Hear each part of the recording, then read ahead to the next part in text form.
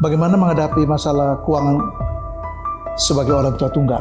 Untuk bisa menghadapi masalah keuangan dalam rumah tangga sebagai orang tua tunggal, maka pertama kita harus berani membuat rencana finansial keluarga seperti apa.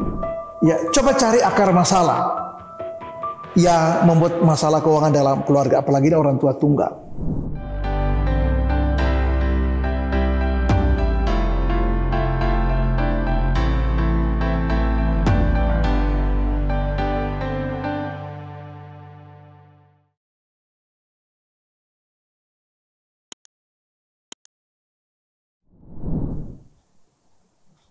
Salam Ibu Bapak, sahabat radio yang berbahagia dalam Kristus. Kita bersyukur kepada Tuhan karena Tuhan Yesus baik.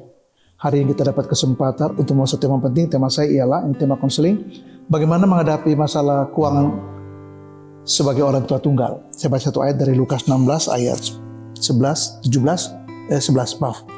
Jadi jikalau kamu tidak setia dalam hal mamon yang tidak jujur, siapakah yang akan mempercayakan kepadamu harta yang sesungguhnya? Jadi ayat ini bicara tentang penting sekali kita belajar untuk setia, dan ukuran yang paling kecil adalah dalam hal keuangan. Ya. Nah, jadi bagaimana kita menyikapi, memanage keuangan kita itu menjadi sebuah ukuran untuk kita mendapat kepercayaan lebih dari itu. Nah, untuk membahas tema saya merujuk dari teks ini, maka pertama saya berkata begini: untuk bisa menghadapi masalah keuangan dalam rumah tangga sebagai orang tua tunggal, maka pertama kita harus berani membuat rencana finansial keluarga seperti apa. Hal-hal yang penting, hal-hal yang perlu kita prioritaskan, kita tulis di situ. Supaya kita tahu bagaimana kita kemudian memprioritaskan hal-hal yang kita anggap penting dan prioritas dalam keluarga. Yang kedua, mungkin kita harus mulai belajar untuk budayakan menabung. Ya, tidak gampang orang menabung. Masyarakat kita terlalu biasa hidup di atas pengeluaran, sehingga budaya menabung itu boleh dibilang hampir tidak cukup baik. Beberapa negara seperti Singapura, mereka punya budaya ini cukup bagus. Kita kurang, kita harus belajar untuk itu. Yang ketiga, kita harus belajar untuk cek pengeluaran-pengeluaran apa saja yang selama ini begitu besar, atau mungkin ada pos yang bocor, sehingga kita harus menulis pengeluaran-pengeluaran apa saja yang kita anggap besar, sehingga kita harus koreksi.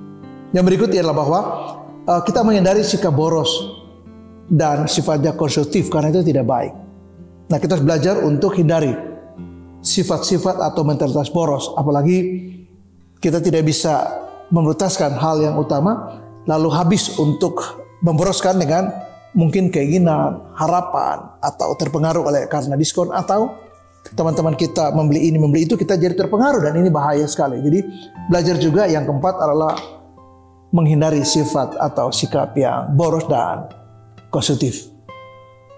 Hal yang kelima adalah coba kita pertimbangkan untuk cari kerja tambahan atau lembur, ya, opa saya mengatakan overwork.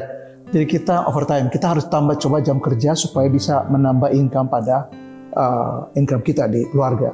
Yang keenam ialah kita barangkali harus berani untuk jual barang-barang yang kita anggap tidak perlu, yang tidak dipakai, tidak digunakan, udah jual aja supaya jangan banyak barang di rumah, tapi juga bisa ada masukan buat kita. Yang ketujuh adalah coba kita evaluasi kondisi keuangan kita selama ini seperti apa. Apakah kita cukup boros? Apakah pengeluaran kita sudah tepat? Atau barangkali terlalu banyak pengeluaran-pengeluaran yang tidak ada dalam rencana keuangan kita, dan kita harus belajar konsisten di situ.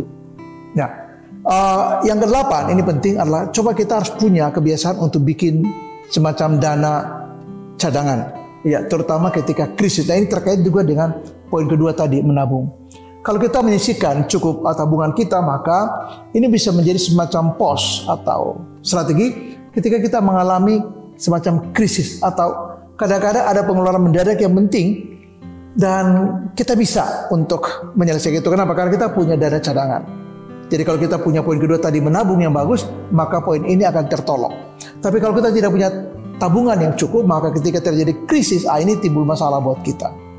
Ya, mengapa? Sebab kita harus tetap mengeluarkan sejumlah uang untuk menutupi krisis itu, sementara kita sendiri tidak punya income khusus. Jadi yang poin ke-8 ialah kita belajar menyediakan dana cadangan. Inggris itu hebat sekali dalam hal ini. Mereka punya cadangan dana untuk perang dunia pertama dan kedua, itu masih sisa. sampai hari ini, dan itu bisa dipakai untuk kebutuhan yang lain. Saya ingin menutup renungan saya dengan mengatakan begini, ya, coba cari akar masalah yang membuat masalah keuangan dalam keluarga, apalagi orang tua tunggal. Kita coba cari akar masalah, dan yang kedua, kita belajar untuk menyelesaikan masalah itu. Termasuk di dalamnya kita membangun satu prinsip di mana secara ekonomi atau secara keuangan, secara finansial kita tidak ada masalah. Mengapa? Karena kita mengecek pengeluaran, kita punya rencana finansial yang bagus. Kita menghindari sikap yang boros dan konsumtif.